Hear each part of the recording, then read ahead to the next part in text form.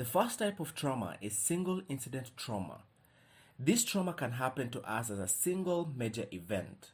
This is a big incident that most people will easily recognize. This could be a massacre, a house fire where everything was lost, a bombing, or a car accident. When you ask people to identify the bad thing that happened, they will likely know what you're talking about. Then we have complex trauma. This trauma can also take place as many events over a period of time without clear beginning or end. This could be things like ongoing domestic violence or child abuse, or living in an insecure conflict environment where there are attacks on a regular basis such as cattle rustling, neglect, domestic abuse, or war. This type of trauma is often called complex trauma because it affects us in complex ways, such as affecting our deep personality or our sense of self. Sometimes complex trauma can be difficult to define. There may not be one critical incident that stands out, but it derives from ongoing events that match together. When you ask people to identify the bad thing that happened, they may not be able to identify the exact traumatic event.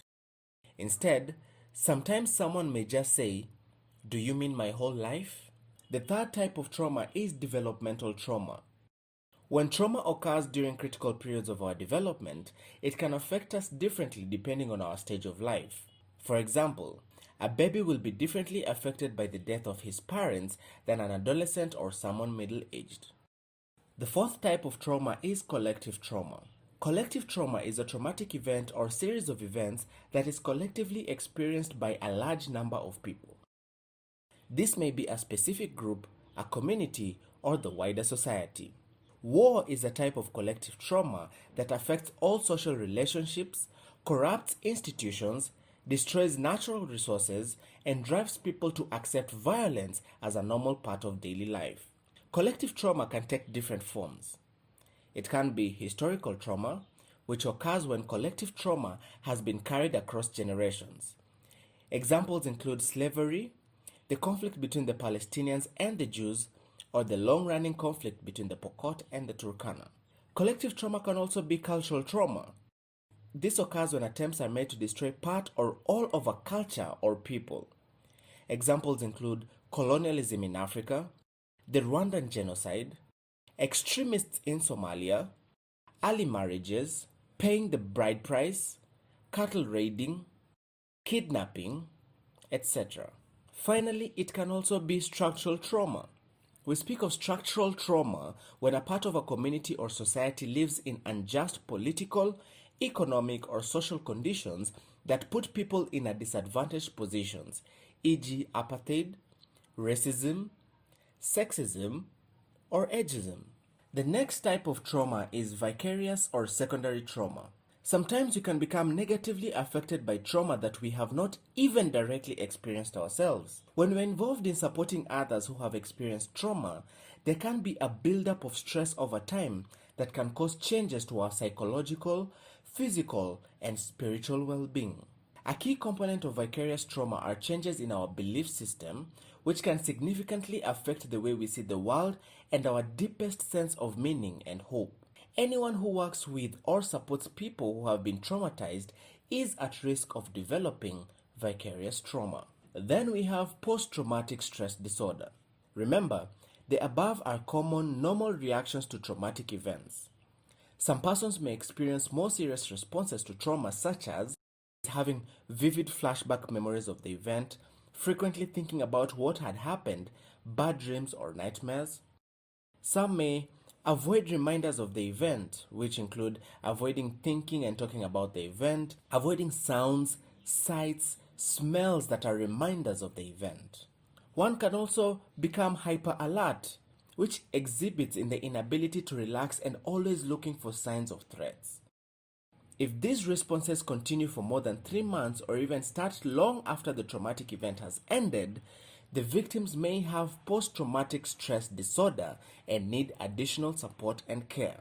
Referrals to healthcare providers or other leaders should be made if you encounter survivors with severe reactions or complicating factors.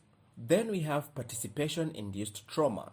Participation-induced trauma entered the scientific literature when it was clearly identified that American veterans of the Vietnam War who killed humans or believed their action resulted in human death were significantly more likely to experience post-traumatic stress disorder than other veterans who had not directly participated in human killing but only witnessed such violence. This additional mental stress and negative impact on mental health linked to the perpetration of lethal violence has also been confirmed in veterans of the Iraq War.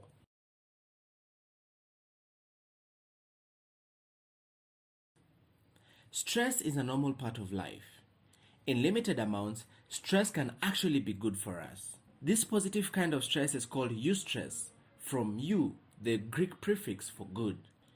Eustress can come from things like planning a wedding, the birth of a baby, or taking an important exam. It is stress that comes from positive things in our life and can help motivate us. Sometimes, however, we experience high levels of stress that are detrimental. When stress becomes toxic, it can affect us in similar ways as trauma. This happens when there's a buildup of multiple layers of stress. For example, think of a person carrying a load of sticks. We can keep piling on more sticks for that person to carry, but at some point, the load will become too heavy and too much to carry. The stick that finally breaks the person may even be a very small stick, one that under normal conditions will not bother the person at all. This is how compounded stress works. As stressors keep accumulating, we become unable to carry them, even if in the past we did not have a problem with each individual stressor. Think of somebody who is living in poverty without enough food to feed their family. A sick child but no Medicare, an unsafe environment, and threats of being forced to leave their home. None of these situations will be defined as trauma on its own, but as these stressors build up, they can have negative effects on the person's functioning.